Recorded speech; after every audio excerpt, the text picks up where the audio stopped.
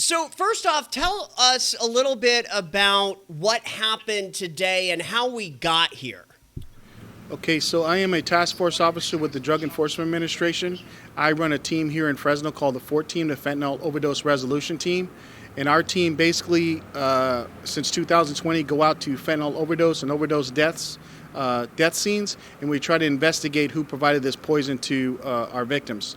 Today, we're holding a family summit which consists of about 24 families here locally who have lost family members to fentanyl.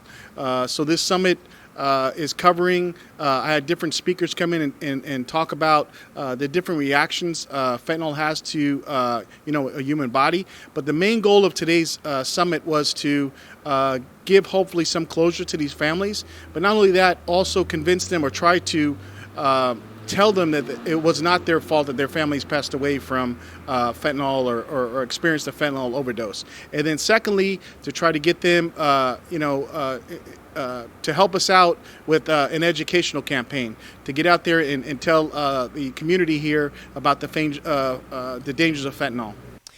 Let's talk a little bit about where we are with fentanyl here in Fresno County. So I could tell you it's twofold, because we knew early on in 2020 that we wouldn't be able to prosecute our way out of this situation. So we came up with an educational campaign here in Fresno, which basically now all over the country is modeling exactly what we've done here to lessen the amount of overdose and overdose deaths that we see here in Fresno. As a matter of fact, 2022, we saw a 19% decrease in the amount of fentanyl overdose and overdose deaths we've had here in Fresno. And that's basically on our educational campaign. Now, we've been hearing a little bit in the news lately in regards to the new fentanyl. Can you kind of talk a little bit about that? Because that is concerning. So what we're seeing now is what's called tranq. They're mixing what's called xylazine with fentanyl. Xylazine is an animal tranquilizer that you're seeing majority of that up in the Bay Area, in particular the Tenderloin district. We have not currently seen it here in Fresno. But the problem with tranq, with xylazine, is that it has no effects with Narcan. And we all know that Narcan is the reversing agent that brings you back from an opioid overdose. With xylazine, if you have fentanyl xylazine laced with fentanyl, you are not going to be able to reverse the effects with Narcan, which is a big problem. Do you notice that Narcan, just in the last couple of years, the increase of the promotion of it, is that helping? Actually, it is. That's one of the things that we started in 2021, where now all Fresno and Clovis Unified Schools have to keep Narcan on their campuses, because we were seeing some overdose of kids, in particular with fentanyl overdoses. So I would say it is helping. I would say that any family member who has a kid today or their kids invite kids over to their house should have Narcan, because one thing we learned early on with fentanyl, it affects all walks of life, any type of families at any given time. So having Narcan on you, in your purse, at your house is going to save lives. How important is it for families to come together like we did today, like you guys did today, for the healing process?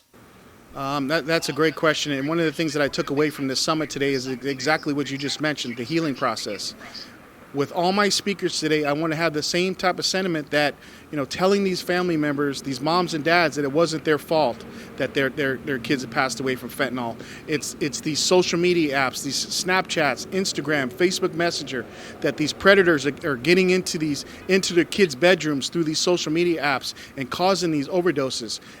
Just reinforcing that with these family members, so hopefully when they walk away from this summit, they feel a little bit better about themselves.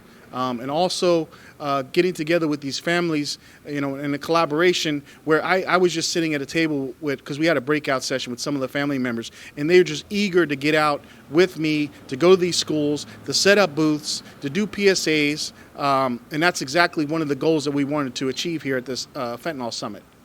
My final question is regarding our district attorney, Lisa Smitkamp, and her office. We've had her on our news a number of times. I know this issue is very important to her. You got, how are you? You guys are kind of working hand in hand, I'd imagine, right? Absolutely. We took on a partnership about 2 years ago. Lisa and I are kind of like a dog and pony show. We will go anywhere.